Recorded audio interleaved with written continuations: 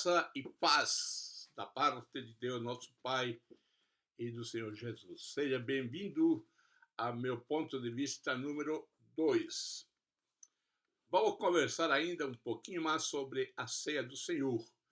Do ponto de vista número 1, falamos sobre quem pode participar, ou o que significava aquele examine-se, pois, o homem a si mesmo e tome do cálice e coma do pão. Hoje vamos ver algo que não está nas Escrituras, mas que é uma prática principalmente no meio das igrejas batistas. Eu sou batista e eu vou colocar aqui algo que está ligado à minha denominação. Quando você vai para o concílio, pois para ser um pastor batista, você passa por um concílio de pastores que você é examinado nas doutrinas batistas. E então há uma pergunta que na área de eclesiologia as pessoas, os seminaristas, os candidatos têm muito medo, que é a pergunta sobre a ceia. Como que você vai distribuir a ceia? Quais são as pessoas que vão distribuir, ou melhor, quais são as pessoas que vão participar da ceia do Senhor? Bom, e para abrir então esta ideia, existem quatro maneiras de apresentar ou de convidar as pessoas para participar da ceia do Senhor.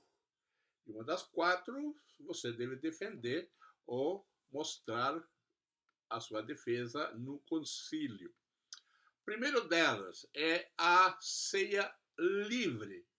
Isto significa qualquer pessoa que está ali na igreja, no culto, sendo membro de uma igreja, ou não sendo, aliás, sendo membro da igreja evangélica e batizado, membro de uma igreja, batizado por aspersão ou imersão, você pode participar, é a chamada ceia livre. Tem a ceia ultra livre. Qualquer pessoa que está ali, batizada ou não, pode participar da ceia do Senhor. Então, essa é a ultra livre. Se você é espírita, se você é de religião matriz africana, qualquer profissão de fé que você tiver, e se alguém dizer qualquer pessoa pode servir ou participar, então é a ultra livre, tá? E temos também a ceia restrita. A ceia restrita é quando o pastor vai te falar somente os membros da igreja batista podem participar. Tá? Você pode ser membro de uma igreja presbiteriana, Assembleia de Deus, mas você não pode participar. Você precisa ser membro de uma igreja batista. Tá? E tem uma quarta, que é a ultra restrita. A ultra restrita é somente os membros da igreja local. Qual dessas quatro você escolheria? Então, é uma questão que você vai ter que dizer, olha, eu escolho essa, ou minha postura, minha posição é essa, e dar as razões por que você escolheu essa ou essas, né, linhas de servir ou ministrar a ceia na área de eclesiologia. Eu, particularmente, entendo que as duas mais próximas do objetivo da Bíblia é a ceia livre.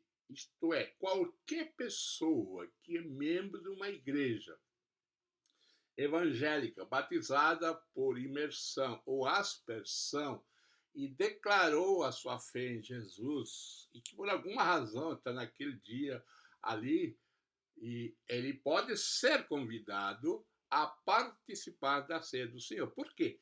Porque a ceia é do Senhor, neste caso. A ceia é para este aspecto da salvação, o que eu chamo o aspecto soteriológico. Então, todo cristão, membro de uma igreja, em plena comunhão, que está vivenciando a sua fé em Jesus.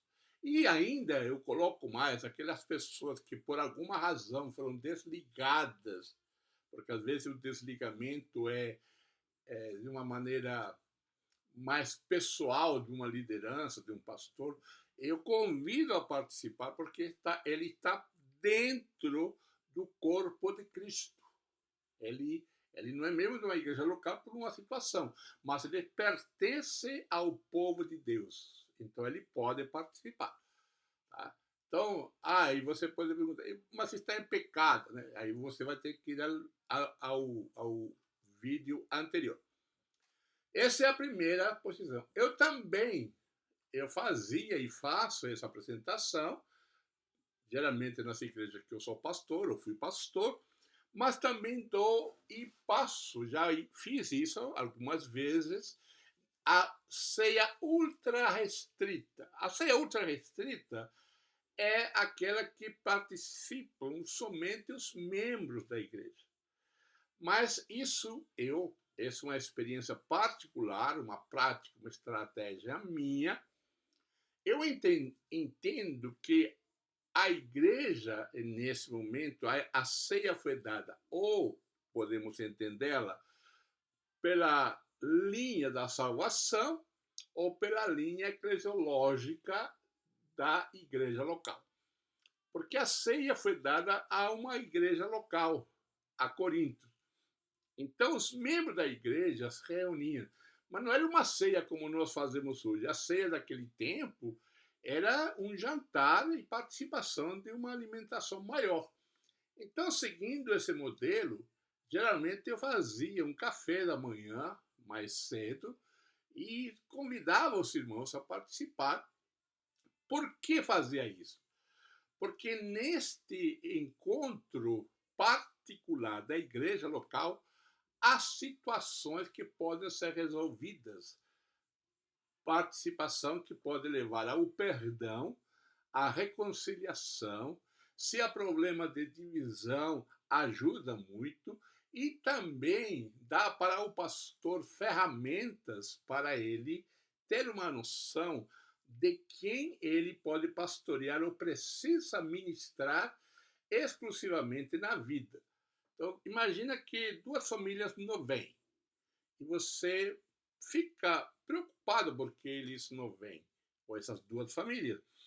Talvez essas duas famílias tenham algum problema e elas não querem apresentar esse problema ali na frente. Então, o pastor tem a condição de ministrar as famílias em separado para que numa próxima ceia ultra restrita possa haver esta unidade.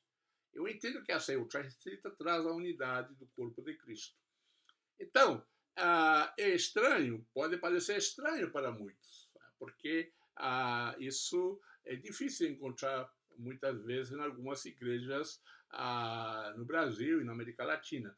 Embora existam algumas denominações, algumas igrejas que fazem isso antes do culto e tem outras práticas também diferentes, porém eles facilitam fazendo a ceia ultra restrita. Essas são as quatro ideias ou práticas do ato de repartir a ceia do Senhor. Eu entendo que a ceia restrita, que é denominacional, não tem uma base bíblica forte.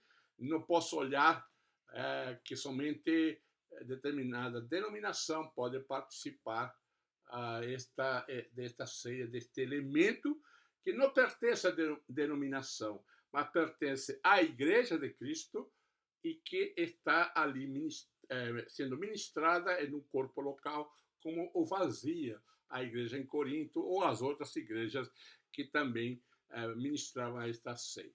Então, essas são as ideias que eu te coloco e este é meu ponto de vista. Você pode ter qualquer outro ponto de vista, mas este é o meu ponto de vista sobre a ceia do Senhor. Que Deus te abençoe. Até o próximo encontro.